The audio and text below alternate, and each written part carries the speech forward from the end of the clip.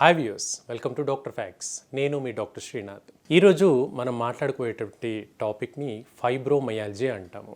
అంటే ఏ కారణము పెద్దగా గుర్తించలేకుండా కీళ్ళ నొప్పులు, అలసట, నిద్రలేమి ఇలాంటి లక్షణాలు అధికంగా ఉంటాయి. ముఖ్యంగా ఈ అలసిపోవడము, నిద్రలేమి, అలాగే రాత్రి పడుకున్న తర్వాత మంచి నిద్ర పట్టకపోవడం, అంటే మగత నిద్రలాగా ఉండడము, నిద్ర లేచిన తర్వాత కూడా రిఫ్రెషింగ్ స్లీప్ ఉండదు, అంటే హుషారుగా బాడీ అనిపించకపోవడం, ఈ కండిషన్ని ఫైబ్రోమయాలజీ అంటాము. అయితే ఈ లక్షణము ఏ విధంగా ఉంటుందనే విషయాలు తెలుసుకుందాం.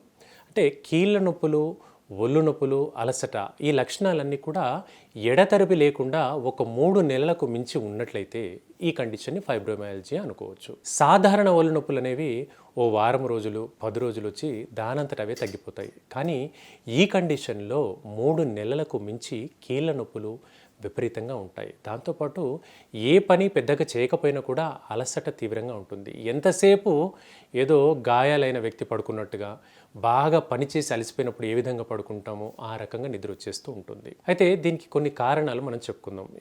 ఇదే లక్షణము ఇతర కొన్ని వ్యాధుల్లో కూడా కనబడుతుంది. ఉదాహరణకు థైరాయిడ్ సమస్యతో బాధపడేటువంటి వ్యక్తులకు ఈ లక్షణం కనబడుతుంది. అలాగే రుమటాయిడ్ ఆర్థరైటిస్ లక్షణము, అలాగే పాలిమయాల్జియా రుమాటికా అనేటువంటి కండిషన్లో, అంతెందుకు నరాలకు సంబంధించి, క్షీణతకు సంబంధించి మల్టిపుల్ స్క్లీరోసిస్ అనేటువంటి సమస్య ఉంటుంది.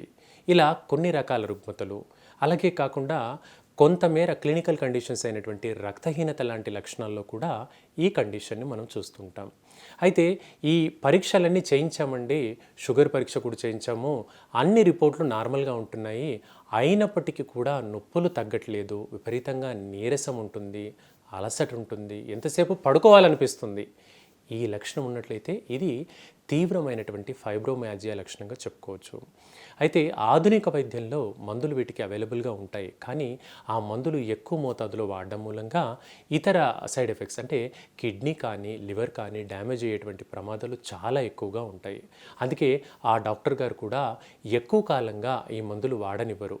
కొంత తక్కువ డ్యూరేషన్, 1 నెల 2 నెలలు వాడిన తర్వాత వద్దండి ఇంకా ఈ మందులు వాడకండి అని కూడా చెప్తుంటారు. అయితే దీనికి ప్రత్యేకించి నిర్ధారణ పరీక్షలు అంటూ ఉండవు. ముఖ్యంగా మనకు నొప్పులు స్టార్ట్ అయినట్లయితే ఒక పక్క నొప్పులు స్టార్ట్ అయ్యాయి అనుకుందాం, అంటే కుడి పక్క నొప్పులు స్టార్ట్ అయ్యాయి అనుకుందాం. ఒక వారం 10 రోజుల్లోనే ఎడం పక్క కూడా కీళ్ళ నొప్పులు స్టార్ట్ అవుతూ ఉంటాయి. ముఖ్యంగా ఈ మణికట్టుకు నొప్పి వచ్చింది అనుకుందాం, ఇంకో 4-5 రోజుల్లో కుడి పక్క మణికట్టు వచ్చేస్తుంది. ఎడమ పక్క ఎల్బో జాయింట్కి వచ్చినట్లయితే ఇంకో 4-5 రోజుల్లో కుడి పక్క ఎల్బో జాయింట్ కూడా వచ్చేస్తుంది. ఈ విధంగా ఇరు పక్కలా కూడా కీళ్ళ నొప్పులు స్టార్ట్ అవుతూ అవి ఒక 3 నెలలు అంతకంటే ఎక్కువగా వేధిస్తూ చాలా ఇబ్బందికరంగా గురిచేస్తుంది. ఇలా నీరసంగా, నిస్సత్తుగా ఉండడం మూలంగా, వీళ్ళు ఎంతసేపు పడుకోవడం మూలంగా శరీరంలో బరువు పెరిగేటువంటి ప్రమాదం కూడా అధికంగా ఉంటుంది. అయితే కొంత సైంటిఫిక్గా మనం ఆలోచించినప్పుడు మెడిసిన్ పుస్తకాల్లో దీనికి 11/18 స్కోర్ అని చెప్తాము. అంటే ముఖ్యంగా ఒక 11 పాయింట్లో విపరీతమైనటువంటి నొప్పి ఉంటే దీనికి కొంత నిర్ధారణ అనుకోవచ్చు. 11 పాయింట్లు అంటే ఎల్బో, మోచేతులు, భుజాలు, అలా జాయింట్ ఉండేటువంటి భాగాల్లో నొప్పులు కొంచెం అధికంగా ఉంటాయి. అక్కడ నుంచి 11 పాయింట్ల నుంచి 18 పాయింట్లు అంటే పెద్ద జాయింట్లు అయినటువంటి కింది నడుము, తుంటి భాగము, మోకాలు భాగము, మడం భాగము, ఇలా ఇతర భాగాల్లో కూడా ఈ నొప్పులు స్టార్ట్ అవుతూ ఉంటాయి. అలా ఈ నొప్పులతో పాటు కొందరికి తిమ్మిర్లు రావడము, పాదాల్లో సూదులతో గుచ్చినట్టుగా నొప్పులు అనిపించడము, అలాగే పాదాలు నేల మీద పెట్టినప్పుడు మంటలాగా అనిపించడము, కొందరికి విపరీతంగా దురద అనిపించడము, ఎక్సెస్గా వేడిలాగా అనిపించడము, కానీ చేతులను టచ్ చేస్తే చల్లగా చెమట రావడం, ఇలాంటి లక్షణాలు ఈ కండిషన్లో, అంటే ఈ ఫైబ్రోమయాల్జియా కండిషన్లో, మయాల్జీ అంటే కండరానికి సంబంధించిన వాపు అని చెప్పుకోవచ్చు, ఫైబ్రస్ టిష్యూకి సంబంధించి అడిషనల్గా ఉంటుంది కాబట్టి ఈ కండిషన్ అంత తీవ్రంగా వేధిస్తూ ఉంటుంది. ఈ లక్షణాలు మనకు హోమియోపతి మందుల ద్వారా రెగ్యులర్గా వాడుకుంటే చాలా వరకు కంట్రోల్గా ఉంటుంది.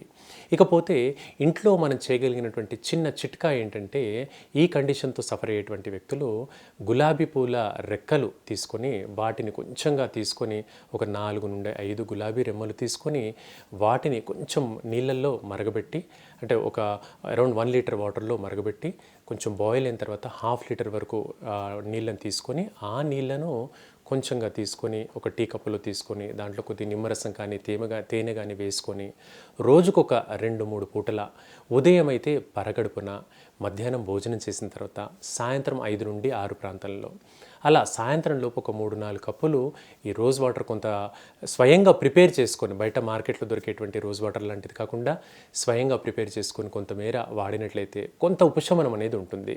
సపోర్టివ్గా హోమియోపతిలు మందులు మీరు రెగ్యులర్గా వాడినట్లయితే ఈ సమస్య నుంచి శాశ్వతంగా బయటపడవచ్చు. అయితే దీనికి కాస్త ఓపికగా రెగ్యులర్గా మందులు వాడాలి. ఎందుకంటే కారణం తెలియనటువంటి రుగ్మత కాబట్టి కొంచెం ఓపిక పెట్టుకొని రెగ్యులర్గా వాడండి. తప్పకుండా ఈ సమస్య నుంచి అధిగమించవచ్చు. సో విన్నారు కదా వ్యూవర్స్, ఇలాంటి ఇంకో కంప్లైంట్తో మరి రేపటి ఇదే కార్యక్రమంలో ఇదే టైంకి కలుసుకుందాం. Keep watching. Thank you.